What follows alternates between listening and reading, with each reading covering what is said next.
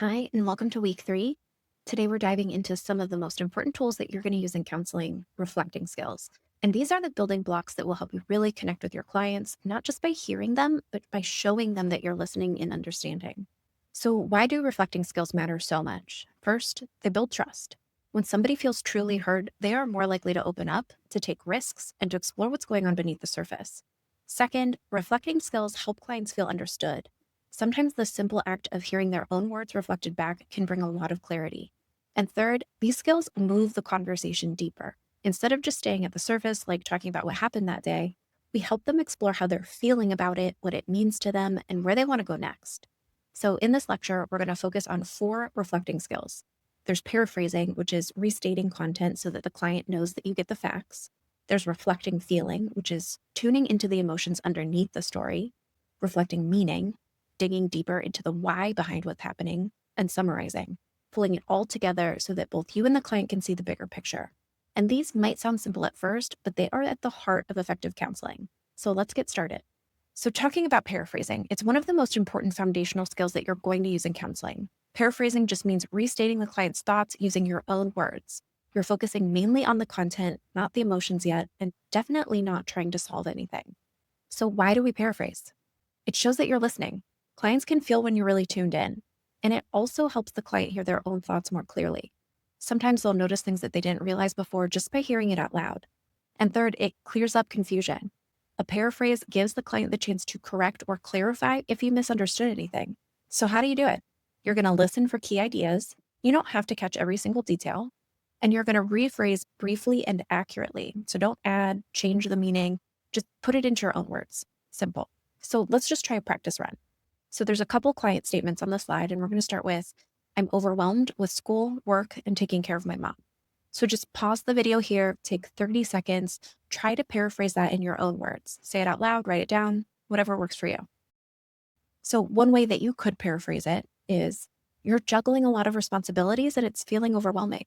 Notice how I captured the essence of what they said, but I used slightly different words. I didn't just repeat it back word for word. I didn't make it a question. I didn't give advice. I stayed close to their experience. Now, a few common mistakes to watch for when you're paraphrasing. Mistake 1 is just repeating facts without capturing the experience. So if you said, you're dealing with school, work, and your mom, that misses the emotional weight behind it. Mistake 2 would be turning the paraphrase into a question, like, you're feeling overwhelmed, right? If you do that, you're asking for approval instead of offering understanding. Mistake 3 would be siding with the client or offering judgment, saying something like, well, no wonder you're stressed. Sounds like nobody's helping you. That's inserting your own opinion and your own values about help. And it's not about paraphrasing. So let's practice just a few more together. Another statement would be, I feel like no matter what I do, my boss is never satisfied. So again, just pause the video here, try paraphrasing it in your own words. And one possible paraphrase I can come up with is, well, it sounds like you're feeling stuck, like nothing you seem to do is good enough for your boss. And one more for practice in paraphrasing. Since my friends moved away, I don't really have anybody to hang out with on weekends. And pause again here and try to paraphrase this one. My example is, you're feeling pretty isolated lately, especially on the weekends when you used to spend time with your friends. So some final reminders about paraphrasing. Keep it simple, stay close to the client's meaning, let it be natural, it doesn't have to be perfect, and think of it as handing the client a mirror. You're just helping them see and hear themselves with clarity. And all right, when you're ready, we're going to move on to reflecting feelings, where we start tuning in even deeper to their emotional undercurrent of what clients are sharing. You can pause here and go back to those example statements and keep trying to paraphrase over and over until you feel like you got a good hang of it. So moving deeper into reflecting feeling, it's a skill that starts to shift the conversation from surface level facts into real emotional connection. Reflecting feeling means turning into the emotion underneath what the client's saying and putting it into words for them. You're not analyzing and you're not going to be guessing wildly. You're listening carefully and offering back the emotional thread that you hear running through their story. So why do we use this skill? It helps clients recognize and accept their feelings. A lot of times clients are talking about events without fully naming how these events impact them emotionally. Reflecting feelings brings that to the surface. And second, it deepens the relationship. Clients feel safer and more connected when they know you aren't just tracking the facts. You're tuned into how these facts are affecting them inside. So how do we reflect feeling? Simple 3-step. 1, identify the emotion that you hear or sense. 2, put it into words clearly and simply. 3, Focus on the client's internal experience, not the other people or the external events. So here's an easy formula to start to practice with. You can say, you feel emotion because of brief content. You don't have to stick to this formula rigidly, but it is a great starting point if you're feeling unsure. So let's practice again together. So if the client says, I just got passed over for a promotion again, pause the video here, try reflecting the feeling in the statement before I give you the example. So here's a way you could reflect it. You're feeling really frustrated and hurt after being overlooked. So notice that I named emotions, frustrated and hurt, very clearly. I did not shift into problem solving, and I stayed focused on what the experience felt like for the client. I didn't ask any why questions or start judging the boss for pressing them over. I'm just focusing on the emotions underneath. So let's try another one. Client says, since the breakup, I just feel like everything I do is pointless. Again, pause here, try your own, come back to me when you're ready. So an example would be, you're feeling hopeless and discouraged after the breakup. Again, simple, clear, focused on emotion. So we're going to watch out for some mistakes. The first mistake would be relying too much on asking, how did that make you feel? When we're new at this, it can feel really safe to ask rather than to reflect. But remember, reflecting shows the client that you're tuned in, and it feels really different than asking. That said, there are going to be times when asking is absolutely appropriate. If your client is working on emotional intelligence or learning to name and recognize their own feelings, you might deliberately invite them to find their own words for what they're feeling. And in that case, asking, how did that make you feel? Or what emotions are coming up for you can be really powerful tools for growth and not avoidance. Always think about your intent. Am I helping them deepen or am I avoiding the work of reflecting? The second mistake is waiting too long to reflect. So I know we talk a lot about how silence is golden, but if you let a client keep talking without touching the emotional core, you risk losing the moment. So stay alert for places where feeling is rising, step in. And mistake number 3 is making your reflection sound like a question. If you say, you're feeling frustrated, it leaves the client unsure if you're actually reflecting or just checking in. Reflections work best as confident, gentle statements, like you're holding out a mirror, not asking for approval. And before we move on, I just want to take a few moments for a little bonus exercise. I want you to grab a pen and paper and write down 5 feeling words that you don't normally use. Try to pick emotions beyond the basics like sad, happy, or angry. Let's move away from inside out characters. But think of maybe examples like ashamed, powerless, relieved, nervous, content. You can even search a feelings wheel if you're feeling a little stuck with naming some emotions here. But for each feeling, write down one reflection sentence that you might use in a session. So example, you're feeling powerless after so many attempts to change the things that haven't worked. Or you're feeling relieved after finally setting that boundary. The more comfortable you are with broader emotional vocabulary, the more precise and authentic your reflections will feel to your clients. And now that we've practiced reflecting feelings, we're going to go even deeper into reflecting meaning. So reflecting meaning is when you go beyond the facts, go beyond the emotions of the story, and offer back the deeper significance that it holds for the client. You're helping them hear not just what happened or what they felt about it, but why it matters. So why is this important? It helps clients explore their value systems, their beliefs, and identity. It helps them to uncover what the situation really represents, often bringing clarity that they might not reach just by talking about the facts. So how do you reflect meaning? It's about listening with a different kind of ear. So listen beneath the story, pay attention to the themes, not just the events. Identify what matters most.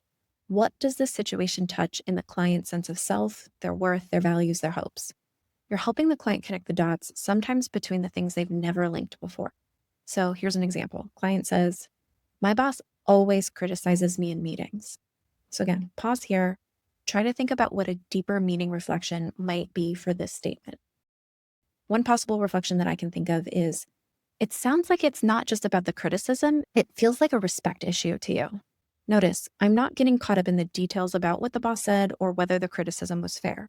I'm reflecting the deeper experience of feeling disrespected, which probably cuts into something important about how this client sees themselves and their worth. Here's another client example. If they say, I'm feeling like I'm always the one holding everything together in my family. Again, pause here, try to reflect possible meaning behind that. What could that mean to the client? So the example that I came up with is, it sounds like being the responsible one has become part of your identity, and it feels like a really heavy weight to carry and maybe not the person you even want to be. Again, we're not just saying you're stressed. We're naming the larger story about responsibility, expectations, maybe even love, obligation, and identity. So here's some tools to help you reflect meaning. If you're struggling to hear meaning at first, you can invite the client to explore it with some open ended questions like, well, what does that mean to you? Or why do you think that affected you so much? Or what does that say about what's important to you? These kinds of questions will help the client reflect inward and give you a clearer window into their values and worldview. And a tip here would be that reflecting meaning takes practice because it feels like you're taking a bigger risk than just repeating facts or emotions. And it's okay to miss sometimes. If you offer meaning that doesn't land, the client will usually correct you, and even that can help deepen the conversation. So let's do one more to practice together. The client could say, ever since I lost that job, I don't even know who I am anymore. So again, pause here. One way to reflect it would be, losing the job feels like it shook your whole sense of identity, not just about what you do, but about who you are. So, final tips for reflecting meaning. I know this is a big one. Listen for not just what's happening, but why it matters. Don't rush. Meaning often sits a little deeper and needs some space to come out. And offer some reflections as gentle invitations and not final judgments. Reflecting meaning helps client connect to their deeper selves, and that's where real change begins. So, when you get stuck, you want to ask yourself, what does this situation seem to represent for the client about who they are, what they value, or what they fear? And there's going to be some key prompts to listen for. They might be talking about identity. Who am I if this changes? Worth. Am I good enough? Safety. Am I safe or secure? Belonging. Am I wanted, accepted, or valued? Control. Do I have power over my life? And purpose. What's the point or meaning of what I'm doing? And if you're not sure, you can always ask, what does that mean to you? What does that say about what matters most to you? You can even prompt for some of these key ideas to listen for of, well, who are you if this change happens? Do you feel wanted, accepted, and valued in this relationship? Do you feel safe and secure? And some tips to remember here, reflecting content is what happened, reflecting feelings is how it felt, and reflecting meaning is why it matters. And the last skill we're going to talk about today is summarizing, and that's in chapter 7. Summarizing just means pulling together the major ideas, emotions, and meanings that have come up during a chunk of time, whether it's across part of a session, the full session, or even across several sessions once you really get to know that client. It's going to be a little bit different from paraphrasing because you're gathering multiple points into a bigger picture, not just reflecting one moment in time. So we're going to summarize to show the client that we understand the bigger picture, not just the isolated moments, to help organize a story that might feel messy or overwhelming into transition, either to a new topic or toward closing the session. And you're definitely going to do this in individual therapy, but if you ever do group, a lot of the work in group therapy is summarizing one individual story across time, but also how we're summarizing the whole group story together. So summarizing really helps the client or clients hear their progress, they can spot patterns, and they can get clarity around where to go next. And there's a few different types of summaries that we're going to be doing. There's focusing summary when the conversation feels scattered, or you want to pull it back to the main goal. So maybe a client's going on a tangent and you just want to bring it back in. So you could say something like, hey, it sounds like we covered a lot about your work and family stress today. Would you like to focus on where you're feeling most stuck? There's going to be a thematic summary where you highlight a pattern or emotional theme that's showing up. An example of that would be, hey, I'm noticing that a lot of what we talked about today centers around feeling disconnected at work, with friends, or even in your relationship. And then there's a planning summary, and that's where you're going to pull everything together to plan next steps. So an example of that would be, today we talked about how you're feeling stuck at work, the fear of disappointing your parents, and your desire to find your own path. It sounds like your next step might be exploring what really matters to you. What do you think about that? So let's try some quick practice. Imagine you're nearing the end of a session. The clients talked about feeling isolated after a breakup, struggling to find motivation at work, and missing old friendships. And again, pause here, take 30 seconds just to think about how you might summarize that. And I know I'm not giving you a full session content, so you might need to ad lib and make some stuff up to make that summary really fit. But pause here and think about it. So, one example of a summary that you might offer is, today it sounds like you've been noticing a lot of loneliness, missing your friends, feeling distant from work, and dealing with the loss of a relationship.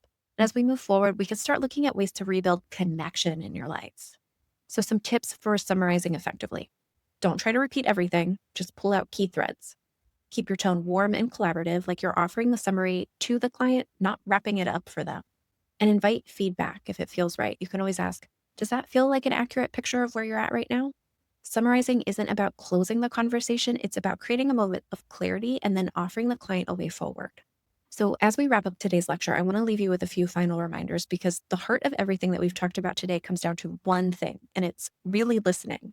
The most common mistake that new counselors make isn't that they don't care or they don't want to help, It's that they're too busy thinking about what they want to say or what they should say next. They stop actually listening to the client.